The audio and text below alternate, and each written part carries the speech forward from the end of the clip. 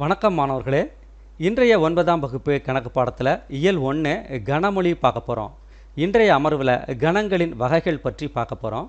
இது பெரிய பகுதியாக இருக்கிறதுனால 2 பகுதிகளாக பிரிச்சுக்கிட்டு இருக்கோம். இந்த அமர்வில் நாம் பார்க்க போகிறது பகுதி 1, கணங்களின் வகைகள். கணங்களினுடைய எண்ணிக்கையை பொறுத்து கணங்கள் 4 வகைகளாக பிரிக்கப்படுகின்றன. அவை என்னென்னு பாருங்கள். 1 வெற்று கணம், 2 ஓருறுப்பு கணம், 3 முடிவுறு கணம், 4 முடிவுறா கணம். இந்த 4 வகைகளையும் பற்றி ஒவ்வொன்றாக பார்ப்போம். முதல்ல நாம் பார்க்க போகிறது வெற்று கணம். எந்த ஓர் உறுப்பும் இல்லாத கணம் வெற்று கணம் எனப்படும். சரி, இந்த வெற்று கணத்தை எப்படி குறிக்கிறோம் பாருங்கள். 2 கன அடைப்புக்குறிகளை போட்டிருக்கோம், எந்த உறுப்பும் இல்லாமல். அப்படி அல்லது நம்ம என்ன செய்கிறோன்னு பாருங்கள். ஒரு சைபர் மாதிரி போட்டு ஒரு கோடு போடுறோம், இதை ஃபைன்னு வாசிக்கிறோம். இதுவும் வெற்று கணத்தை குறிக்கக்கூடிய குறிதான். இதுக்கு ஒரு எடுத்துக்காட்டு பார்ப்போம். 1ஐ விட சிறிய இயல் எண். இயல் எண்கள் எதில் ஆரம்பிக்குது? 1ல் ஆரம்பிக்குது. 1, 2, 3ன்னு போய்கிட்டே இருக்கு இல்லையா? 1ஐ விட சிறிய இயல் எண் இருக்குமா? இல்லை. ஸோ அப்போ அது என்ன கணமாக இருக்குது? வெற்று கணமாக இருக்குது. சரி, அடுத்தாப்பில் பார்க்கக்கூடியது ஓர் உறுப்பு கணம். ஓர் உறுப்பு மட்டுமே உடைய கணம் ஓர் உறுப்பு கணம் எனப்படும். இதுக்கு ஒரு எடுத்துக்காட்டு பாருங்கள்.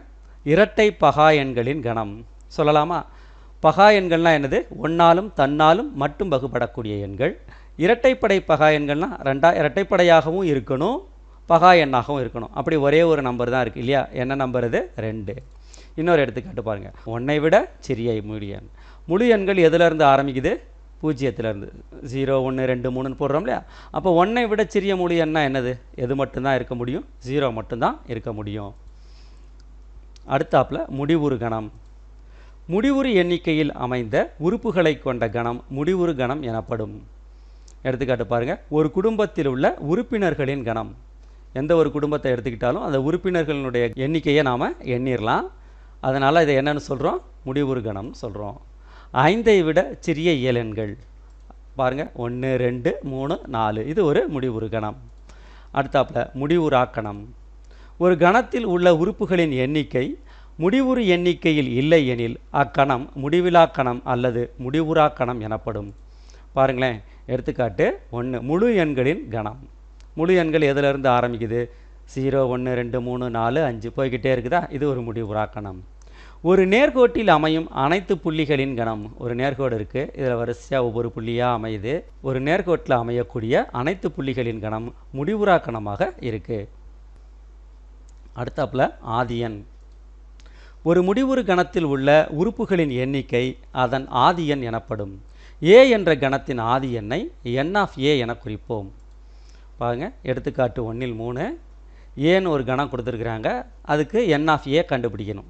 எப்படி கண்டுபிடிக்கிறதுன்னு பாருங்கள். ஏ அப்படியே எழுதிக்கிறேன்.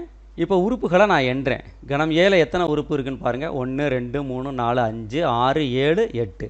அப்போ n(a) எவ்வளவு? 8. சரி, இப்போ உங்களுக்கு ஒரு கேள்வி கவனிங்க. வெற்று கணத்தினுடைய ஆதியன் என்ன? வெற்று கணத்துக்கு ஆதியன் எப்படி இருக்கும்? வெற்று கணத்தில் உறுப்புகளே இல்லை. அப்போ அதனுடைய ஆதியன் என்னவாக இருக்கும்? 0ஆக இருக்கும். இதுவரையில் கணங்களின் வகைகளை பற்றிய கருத்துக்களை பார்த்தோம். அடுத்து நாம் பார்க்க போகிறது பயிற்சி 1ல் 2ல் இருக்கக்கூடிய சில கணக்குகளை பார்ப்போமா? முதல் கணக்கு பாருங்கள். பின்வரும் கணங்களின் ஆதி எண்ணை காண்க. பாருங்கள், 5 கணக்குகள் கொடுத்துருக்குறாங்க. ஒவ்வொன்றுக்கா விடை பார்ப்போம். முதல் கணக்கு பாருங்கள். m = PQRSTU கொடுத்துருக்குறாங்க. அப்போ என்ன செய்யணும்? n(m) கண்டுபிடிக்கணும். எத்தனை உறுப்புகள் இருக்குது? எண்ணி பாருங்கள். 6 உறுப்புகள் இருக்குது. அதை எழுதணும். இதுதான் விடை. ரொம்ப எளிமையான கணக்கு. ரெண்டாவது கணக்கு பாருங்கள். P = set of all x such that x = 3n + 2. இதுதான் அந்த விதி. n belongs to w. n எங்கே இருக்குது? முழு எண்களில் இருக்குது. அதே சமயம் எக்ஸ் 15க்கு தாண்டி போயிடக்கூடாது. 15க்கு குறைவாக இருக்கணும். 15ஐ தாண்டி போயிடக்கூடாது. இப்போ முதல்ல டபிள்யூ என்னன்னு எழுதிக்குவோம். 0, 1, 2, 3 இதுதான் நம்ம கொடுக்கக்கூடிய மதிப்புகள். சரி, இப்போ ஒவ்வொன்றா கொடுத்து பார்ப்போம். எண்ணுக்கு 0 கொடுக்கையில் என்ன ஆகுதுன்னு பாருங்கள். இந்த எண்ணுக்கு பதிலாக 0 போடுறேன். 3n + 2ல். அப்போ 3 × 0 + 2 0 + 2 விட என்ன கிடைக்குது? 2. இப்போ இதே மாதிரி ஒவ்வொரு நம்பராக செய்வோம். n = 1 கொடுக்கையில் விடை எனக்கு என்ன கிடைக்குது? 5 கிடைக்குது. அதே மாதிரி n = 2 கொடுக்கையில் விடை 8. n is equal to 3 கொடுக்கையில் விடை 11, n is equal to 4 கொடுக்கையில் 14. இப்போ n is equal to 5 கொடுக்கையில் என்ன ஆகும்னு நினச்சி பாருங்கள். 3 × 5 15 + 2 17. எதை தாண்டி போயிடுது? 15 தாண்டி போயிடுது. அப்போ இதோட நாம் நிறுத்திக்கிறோம். இப்போ நாம் அந்த பிங்கிற கணத்தில் என்னென்ன உறுப்புகள் இருக்குன்னு பாருங்கள். 2 5 8 11 14. நமக்கு கிடைச்ச விடைகளை எழுதுறோம். அப்போ n of p யின் மதிப்பு 5. 2 கணக்கு பார்த்துட்டோம். அடுத்தாப்பில் பாருங்கள் மூணாவது கணக்கு. மூணாவது கணக்கை வாசிப்போம். q is equal to set of all y such that y is equal to 4/3n, n belongs to n மற்றும் n இன் மதிப்பு 2க்கும் 5க்கும் இடையில் உள்ளது. 2 கிடையாது, 5 உண்டு. சரி, இப்போ நம்ம முதல்ல என்ன எழுதுகிறோன்னு பாருங்கள். n நேச்சுரல் நம்பர்ஸ் அதிலிருந்து தான் மதிப்புகள் கொடுக்க போகிறோம். அதை எழுதிக்கிறேன். அடுத்த ஸ்டெப்பில் பாருங்கள். n is equal to 3 4 5. இந்த ஸ்மால் n எதுக்கும் நடுவில் இருக்குதுன்னு பாருங்கள். 2க்கும் 5க்கும் 2 கிடையாது, 3 4 5. இப்போ ஒவ்வொரு மதிப்பாக கொடுப்போம். என்ன ஆகுதுன்னு பாருங்கள். 3 கொடுக்கையில் y மதிப்பு என்ன ஆகுது? 4/3 × 3. அப்போ விடை என்ன கிடைக்குது? 4/9. n is equal to 4 கொடுக்கையில் நமக்கு என்ன மதிப்பு கிடைக்குது? y மதிப்பு 4/12. அடுத்தாப்பில் பாருங்கள். n is equal to 5 கொடுக்கையில் y is equal to 4/15. இப்போ நம்ம இந்த உறுப்புகளை எல்லாம் எழுதுகிறோம். க்யூவில் என்னென்ன உறுப்பெல்லாம் இருக்குதுன்னு பாருங்கள். 4/9 4/12 4/15. மொத்தம் எத்தனை உறுப்பு இருக்குது? 3 உறுப்பு இருக்குது. அப்போ n of q எவ்வளவு? 3. இது ஒன் வேர்டில் கேட்டாங்கன்னா இந்த கேள்வியை நம்ம நேரடியாகவே விடை எழுதிடலாம். n-க்கு 3 மதிப்புகள் தான் கொடுக்குறோம். அதே தான் 3 மதிப்புகள் நமக்கு விடையாக கிடைக்குது. நேரடியாக n of q எழுதிடலாம். அடுத்தாப்பில் நாம் பார்க்க போகிறது 4வது கணக்கு. r is equal to set of all x such that x ஆனது முழுக்கள், மேலும் x என்ன கொடுத்துருக்குறாங்க? Belongs to z. அப்படின்னா எதில் இருக்குது? முழுக்களில் இருக்குது. ஆனால் x எதுக்கும் நடுவில் இருக்கணும். -5க்கும் +5க்கும். இந்த +5 கிடையாது. அப்போ என்னென்ன உறுப்புகள் வரும்? n கோட்டை ஞாபகம் வச்சு எழுதிடலாம். எழுதுவோமா? அப்போ என்ன இருக்குது பாருங்கள். -5 -4 -3 -2 -1 0 1 2 3 4. இதை எண்ணி எழுதிட போகிறோம். அப்போ n of rல எத்தனை உறுப்பு இருக்குது? 10 உறுப்பு இருக்குது. சரியா? அடுத்தாப்பில் நாம் பார்க்க போகிறது 5வது கணக்கு. இது ரொம்ப முக்கியமான கணக்கு. s is equal to 1882 முதல் 1906 வரை உள்ள அனைத்து நெட்டாண்டுகளின் லீப் இயர்னு சொல்கிறோம்ல, அவற்றினுடைய கணம்னு கொடுத்துருக்காங்க. லீப் இயர்னா என்ன அர்த்தம்? நெட்டாண்டுகள்னா ஒவ்வொரு வருஷமும் நமக்கு பிப்ரவரி மாதம் 28 நாட்கள் வரும். 4 ஆண்டுகளுக்கு ஒரு முறை 29 நாட்கள் வரும். அந்த ஆண்டுகளெல்லாம் நம்ம என்னென்னு சொல்கிறோம்? லீப் இயர்ஸ் அப்படின்னு சொல்கிறோம். நெட்டாண்டுன்னு சொல்கிறோம். இப்போ லீப் வருடத்தை கண்டுபிடிக்க நம்ம வழக்கமாக என்ன செய்வோம்? ஒவ்வொரு ஆண்டையும் அதை எதால் வகுத்து பார்க்கணும்? 4ஆல் வகுத்து பார்ப்போம் இல்லையா? 4ஆல் வகுத்து 4ஆல் வகுப்பட்டால் லீப் இயர்னு சொல்கிறோம். சரி, அந்த முறைப்படி செய்வோம் முதல்ல. இப்போ 1882 வகுப்படாது. அப்போ அதுக்கு அடுத்த நம்பர் 1884 வகுப்படும். அதிலிருந்து நான் ஒவ்வொரு எண்களாக எழுதிக்கிட்டே வரேன். அதிலிருந்து ஒவ்வொரு வருடமாக எழுதிக்கிட்டு வரேன், 4 நாளாக கூட்டிக்கிட்டு. சரி, இப்போ இன்னொரு விஷயம் கவனிங்க.